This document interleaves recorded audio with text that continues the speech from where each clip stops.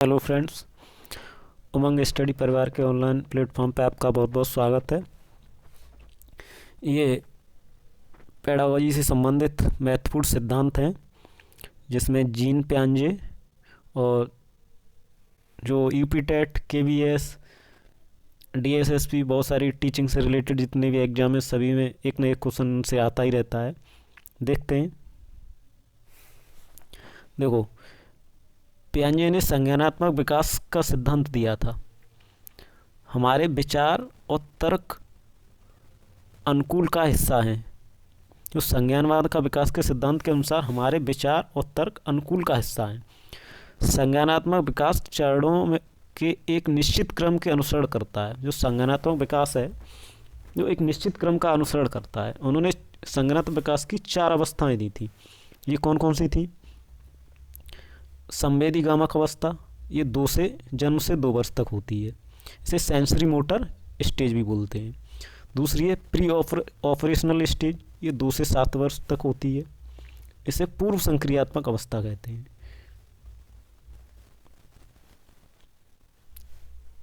तीसरी अवस्था है कॉन्क्रीट ऑपरेशनल स्टेज, ये 7 से 11 ही।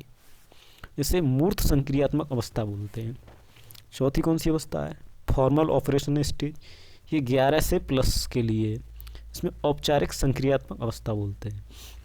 ये अवस्थाएं बहुत महत्वपूर्ण हैं। इनमें से एक न एक अवस्था और इनका एज ग्रुप मैचिंग में आ जाता है। तो ये एक बार फिर से देख लेते हैं। यहाँ एक ग्राफ के माध्यम से दिया हुआ है पियाजे कॉग्निटिव डेवलपमेंट स्टेजेस।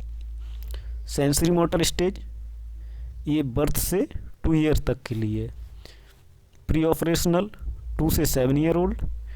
और कॉन्क्रीट ये 7 से 11। और फॉर्मल ये 12 से प्लस वालों के लिए है। इसमें इन अवस्थाओं के कुछ महत्वपूर्ण गुण हैं। क्या है वो देखते हैं एक बार। जो सेंसरी मोटर अवस्था होती है उसमें बच्चे में क्या क्या देखने को मिलता है। इस अवस्था में शिशु अपनी इंद्रियों के साथ साथ वस्तुओं के साथ शारीरिक संबंध का उपयोग करके दुनिया के बोध का निर्माण करता है। इसमें बच्चा है वो अपनी इंद्रियों के माध्यम से ज़्यादा सीखता है। इंद्रियों के माध्यम से वस्तुओं और शारीरिक संबंध, मतलब शारीरिक चीज़ों का जो भी होगा वो ज़्यादातर इंद्रियों का ही यूज करेगा। उसमें जन्म से 2 साल का बच्चा होता है तो ना तो समझदार होता है, ना किसी को बुला सकता है। वो ज़्यादा क्या करेगा? रोएगा, हाथ फेंकेगा, बस। दूसरा है वस्तु स्थायित्व का विकास, इस चरण की सबसे महत्वपूर्ण उपलब्धि में से एक है। वस्तु स्थायित्व का विकास। ये वस्तु स्थायित्व का विकास क्या है? जब 2 साल से छोटे बच्चे को देखते हैं लेटा होता है तो ऊपर की तरफ खिलाना गुब्बारा या कुछ चमकनी चीज़ ऊपर टांग देते हैं तो वो उसकी तरफ एक निगाह से एक ही तरफ देखता रहता है। मतलब किसी भी वस्तु को जो उसे आकर्षित करती है ना, उसकी तरफ उसकी निगाहें एकदम उसी की तरफ टिकी होती हैं। यही वस्तु स्थायित्व है। तो ये जन्म से 2 वर्ष के बच्चों में देखा जाता है। ये इसकी महत्वपूर्ण विशेषता है। ये कभी कभी क्वेश्चनों में पूछ ली जाती है कि वस्तु स्थायित्व कौन सी स्टेज की सबसे महत्वपूर्ण विशेषता है? तो ये सेंसरी मोटर स्टेज की सबसे महत्वपूर्ण विशेषता है। दूसरी अवस्था है प्री ऑपरेशनल स्टेज, ये 2 से 7 वर्ष के लिए। बच्चे में स्मृति, जिज्ञासा और कल्पना का विकास होता है। 2 से 7 साल के बच्चे में स्मृति हो जाती है, जिज्ञासा हो जाती है, कल्पना हो जाती है।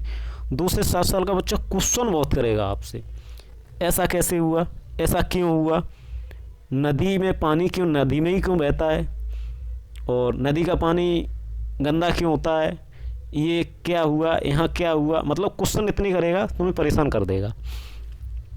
इस अवस्था में प्रतीकात्मक रूप से समझने में सक्षम होता है, जैसे घर घर खेलना और चाय पार्टी करना। मतलब प्रतीकों के माध्यम से जो छोटे बच्चे खेल खेलते हैं ना, वही। सोचने में अहंकारता होती है। इस आयु में सोचने में अहंकारिता होती है और दूसरों के दृष्टिकोण पर विचार नहीं करता, मतलब दूसरों के दृष्टिकोण से उसे कोई मतलब नहीं है, अपना काम बनता, बाहर में जाए जनता, बस। तीसरी स्टेज है कॉन्क्रीट ऑपरेशनल स्टेज, संक्रियात्मक पूर्व मूर्त संक्रियात्मक अवस्था। इसमें बच्चे की मुख्य विशेषता क्या है? अपने स्वयं के विचारों और दूसरे के विचारों में अंतर करने की क्षमता आ जाती है इसमें। मैं क्या सोच रहा हूँ, दूसरा क्या सोच रहा है, ये कुछ थोड़ा अंतर करने लगता है बच्चा इसमें। बच्चे वस्तुओं को उनकी संख्या, द्रव्यमान आदि के आधार पर वर्गीकृत कर लेते हैं। संख्या और द्रव्यमान के आधार कौन सी चीज़ बड़ी है, कौन सी चीज़ छोटी है, इस डब्बे में कितनी टॉफियाँ हैं, इसमें कितना पेंसिल है, ये वर्गीकृत करना सीख जाता है 2 से 7 साल में। और मूर्त वस्तुओं के बारे में तार्किक रूप से सोचने की क्षमता आ जाती है। मूर्त मतलब जो उसके सामने रखी हुई वस्तु है उसके बारे में थोड़ा सोचना लगता है। अगली स्टेज है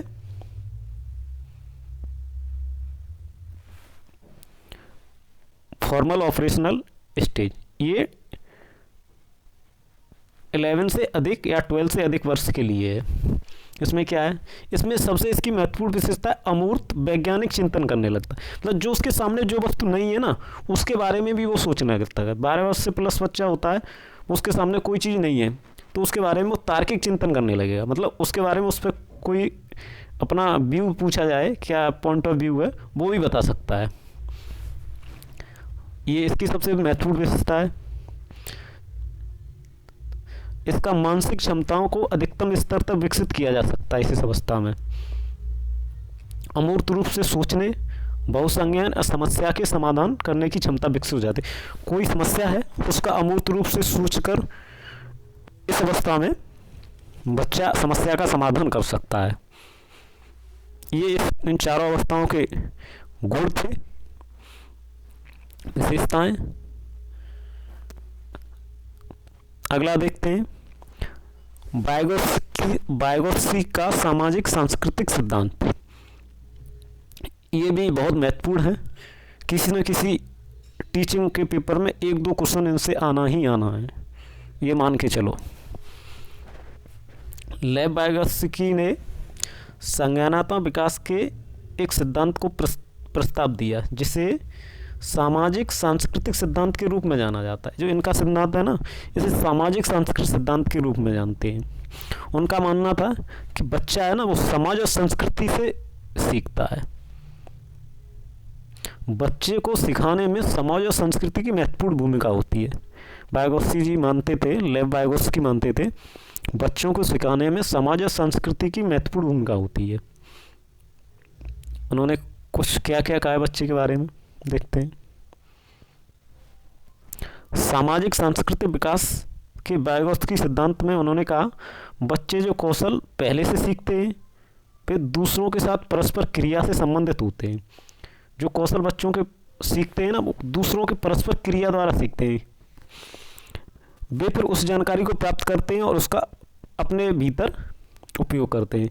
किसी बच्चे ने किसी दूसरे से परस्पर संपर्क में आया और उससे कुछ सीखा, किसी मित्र से सीखा, स्कूल में सीखा, आस पड़ोस में सीखा, जब उसका वो अपने लाइफ में इम्प्लीमेंट करता है, उससे वो सीखता है।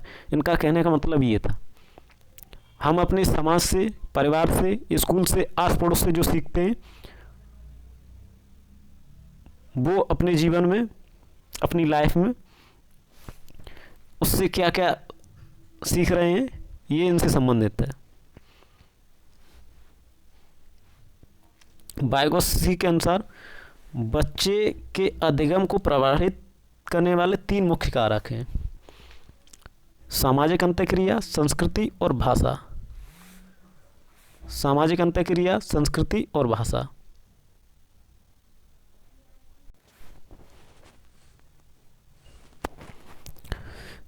वाइगोत्स्की के अनुसार बच्चे के अधिगम को प्रभावित 3 मुख्य कारक करते हैं: सामाजिक अंतःक्रिया, संस्कृति और भाषा।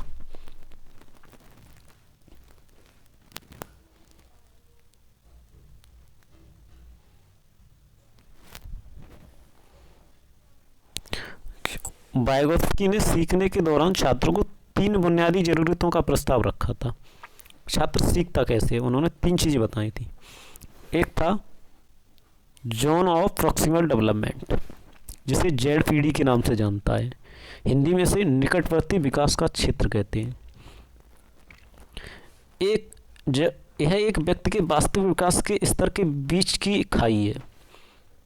इसे मैं समझा दूंगा, या पहले देखते हैं। यह एक व्यक्ति के वास्तविक विकास के स्तर के बीच की खाई है जो स्वतंत्र समस्या को हल करने के द्वारा निर्धारित की जाती है और संभावित विकास के स्तर को वयस्क के मार्गदर्शन में या अधिक सक्षम साथियों के साथ समस्या समाधान के माध्यम से निर्धारित किया जाता है। इसे ढांचा निर्माण कहते हैं। इस ग्राफ में देखते हैं इसे। ये हो आप, बीच में स्टूडेंट होता है, जो बीच में दूसरा है zone of proximal development, ZPD।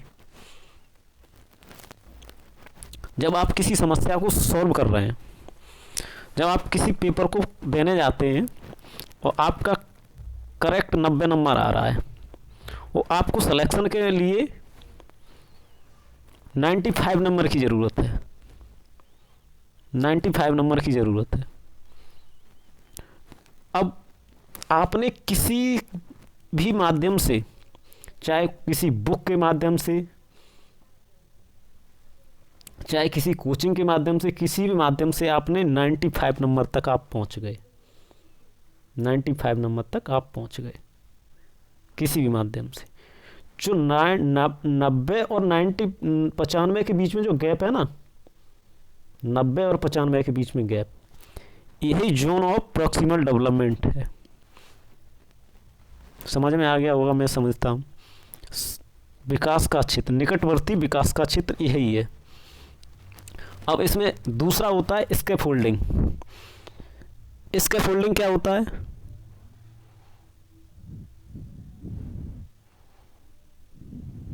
इसे वाइगोत्स्की द्वारा पाठ शब्द से कहा गया है। इसे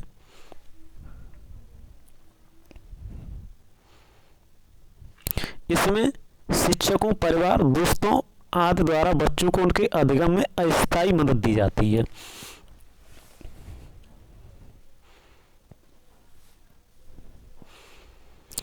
शिक्षकों, परिवार, दोस्तों आदि के द्वारा इसमें अस्थायी मदद दी जाती है। जो 90 से 95 के बीच में आपने जो नंबर लाए ना, जिसमें आपने जिस भी माध्यम से, जिसकी सहायता ली,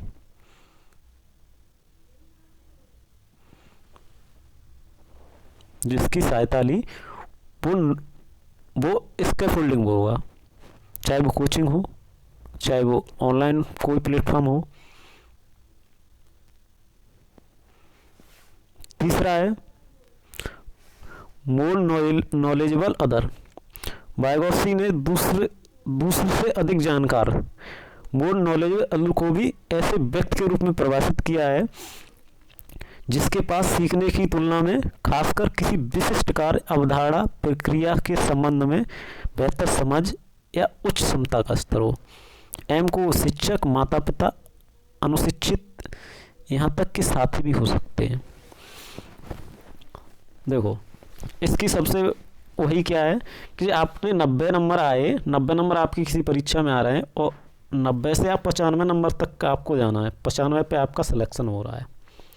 90 तक 95 के जाने में आपका जो क्षेत्र है ना, ये हो गया ZPD, zone of proximal development.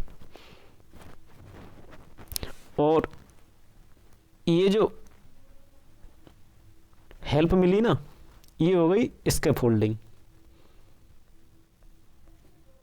जो हेल्प मिली आपने चाहे किसी भी माध्यम से ली, वो हो गई स्कैफोल्डिंग। चाहे बुक्स से ली, चाहे किसी टीचर से ली, ये स्कैफोल्डिंग हो गई। हेल्प स्कैफोल्डिंग हुई है। हेल्प करने वाला ये हो जाएगा MKO। हेल्प करने वाला MKO हो जाएगा, मोर नॉलेजेबल अदर। ये जो मोर MKO होता है वो एक शिक्षक भी हो सकता है। देखो यहाँ पर लिखा भी है, एम क्यू होता है वो एक शिक्षक भी हो सकता है, माता पिता भी हो सकते हैं, एक अनुशिक्षक भी होता है, यहाँ तक एक साथी भी हो सकता है जो तुम्हारी हेल्प करके 90 से 95 नंबर तक पहुंचा दे। जहाँ समझता हूँ मैं, आपके समझ में आ गया होगा।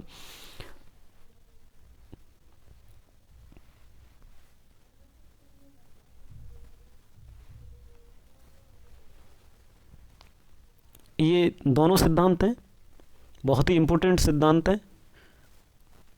वीडियो को अच्छी लगी हो तो शेयर ज़रूर कीजिए, नए हो तो चैनल को सब्सक्राइब कीजिए। ऐसे ही टॉपिक से रिलेटेड वीडियो आती रहेंगी। आपका बहुत बहुत धन्यवाद। मिलते हैं अगले वीडियो में।